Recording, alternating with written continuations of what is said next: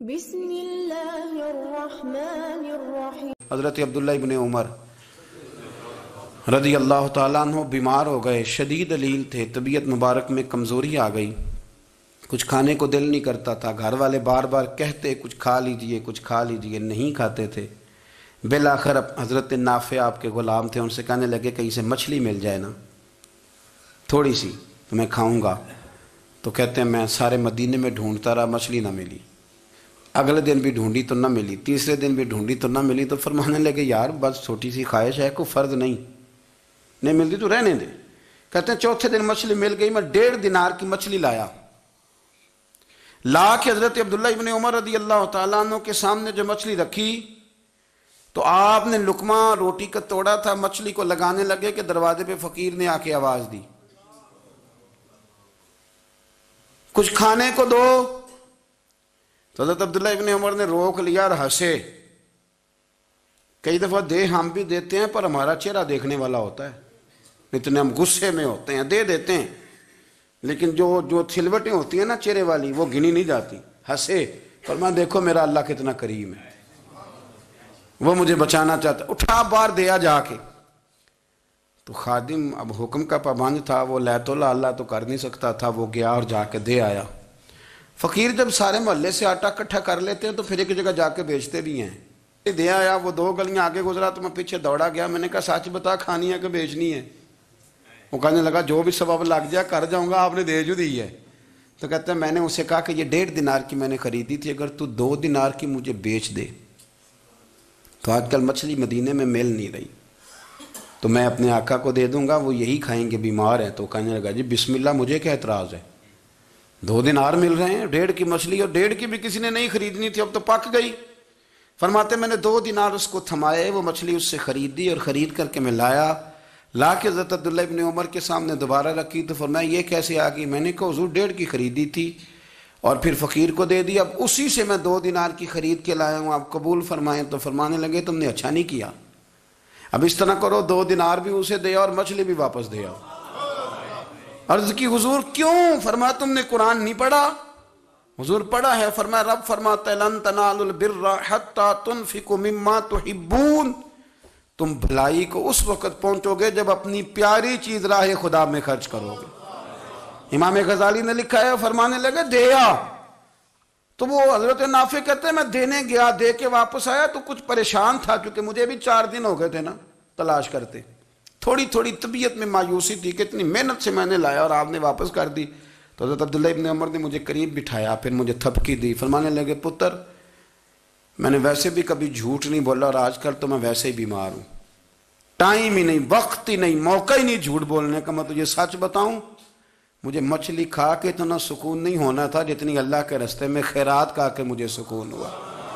تو تجھے تو میری راحت سے غرض ہے نا کہ مجھے راحت کیسے ہوتی ہے، تو مجھے سکون ملا ہے راہ خدا میں دے، میں نفسانی خواہش پوری کر لیتا تو یہ میرا نفس کل پھر مجھ سے مچھلی مانگتا، پرسوں کہتا نہیں چھوٹے گوشت کی یخنی بھی چاہیے۔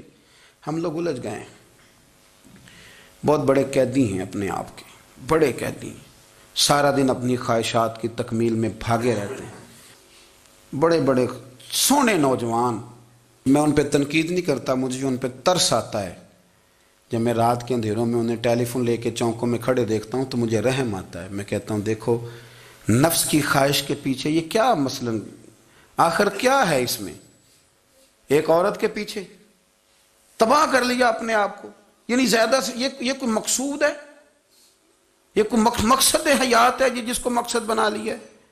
میرے عزیز بات کو سمجھ لیں، اتنا خوبصورت آدمی ہے اور اتنا اس کا اونچا قد کاٹ ہے، اور کیا کس کے پیچھے یہ بھاگا ہوا ہے؟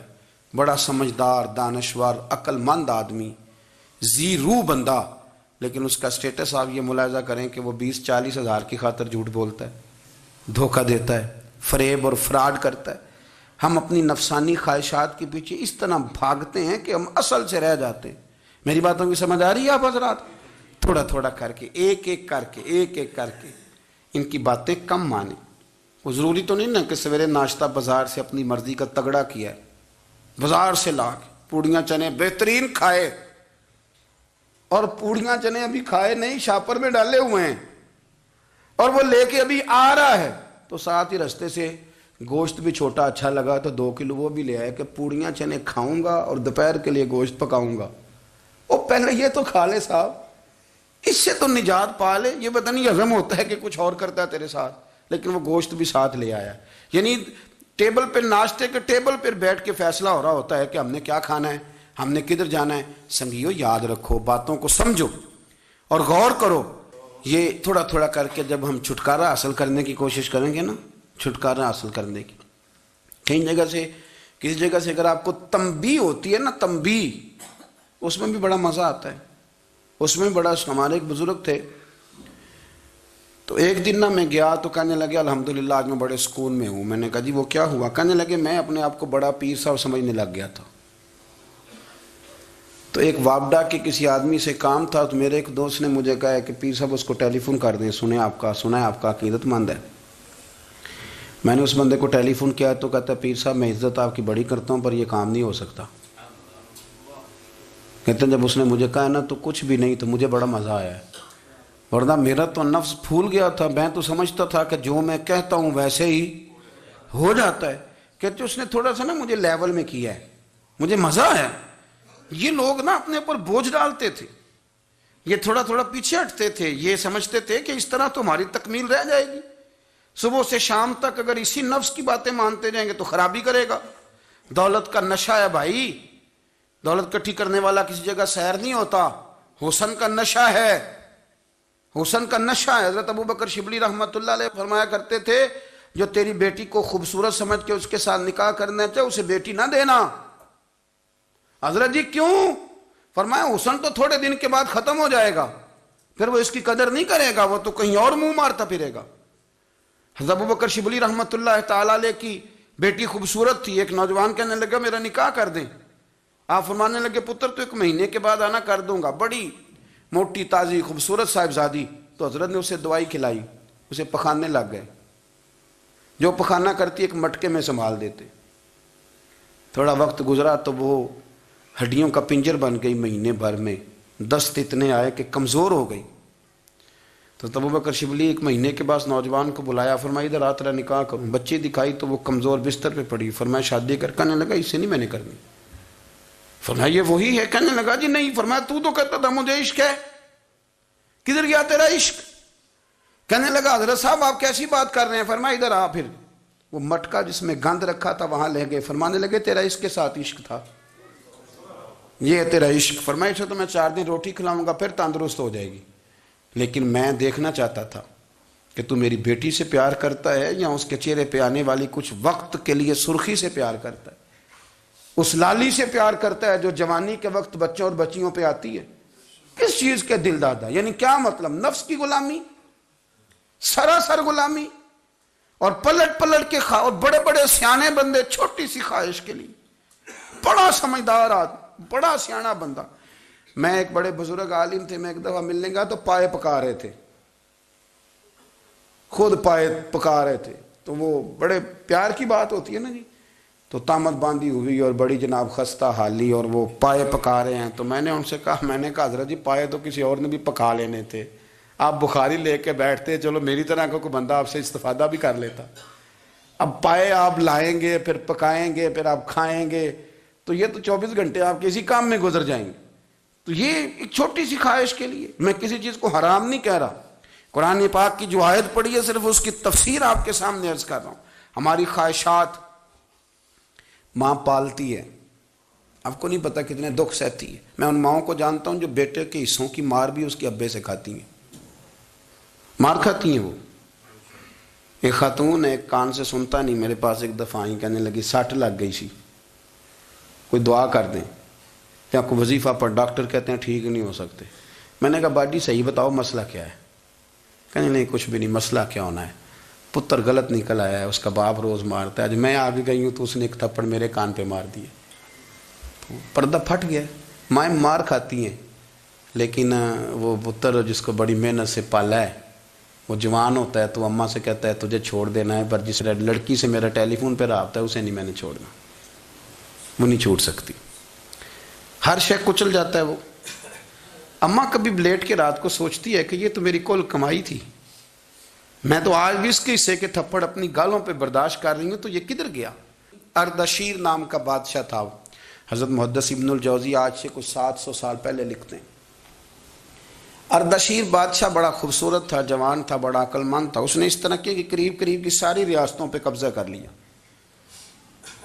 بڑا عقل مند زیرک تھا، قبضہ ہو گیا۔ ایک بادشاہ بڑا سخت تھا، اس کے ساتھ جب پنجہ آزمائی ہوئی تو اردشیر کہتا ہے اس پہ میرا قبضہ نہیں ہو رہا تھا، اور جب ہم نے ساری ریاستوں نے مل کے اس پر حملہ کیا تو ایک قلعے کے اندر قلعہ بند ہو گیا۔ اردشیر بڑا خوبصورت آدمی تھا، بڑا سمجھدار تھا، تو وہ بادشاہ قلعہ بند ہو گیا، اس نے کہا نکلنا ہی نہیں۔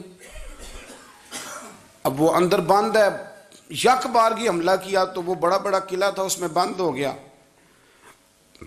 اس بادشاہ کی نا جس پر حملہ کیا، اس کی بیٹی اچانک ایک دن قلعے کی دیوار پہ چڑھی تو اردشیر کے حسن و جمال کو دیکھا تو عاشق ہو گئی، اور اپنے ہی باپ کے خلاف اسے کہنے لگی کہ اگر تو میرے ساتھ شادی کا وعدہ کرے نا تو میں تجھے رستہ بتاتی ہوں حملہ کرنے کا۔ اس نے کہا میرا وعدہ رہا، تو رستہ بتا۔ اس نے رستہ بتایا اس لڑکی نے، اور بادشاہ نے حملہ کیا تو اس کا باپ قتل کیا، اس علاقے پہ قبضہ کیا شادی کے وعدے پر۔ ہاں نفسانی خواہش بندے کو اندھا کر دیتی، نہیں سمجھ آتی اس کو میں کدھر جانا ہے، اندھا کر دیتی۔ حملہ کیا، اور جب اس لڑکی کو لے کے آیا نا اپنے محل میں، تو پہلے دن شادی کی پہلی رات تھی، تو بستر بچھایا کنیز نے، تو وہ کبھی کروٹ ادھر بدلتی کبھی ادھر بدلتی، تو بادشاہ کہنے لگا کیا ہے؟ کہنے لگی بستر میں کچھ ہے، مجھے تکلیف دے رہی۔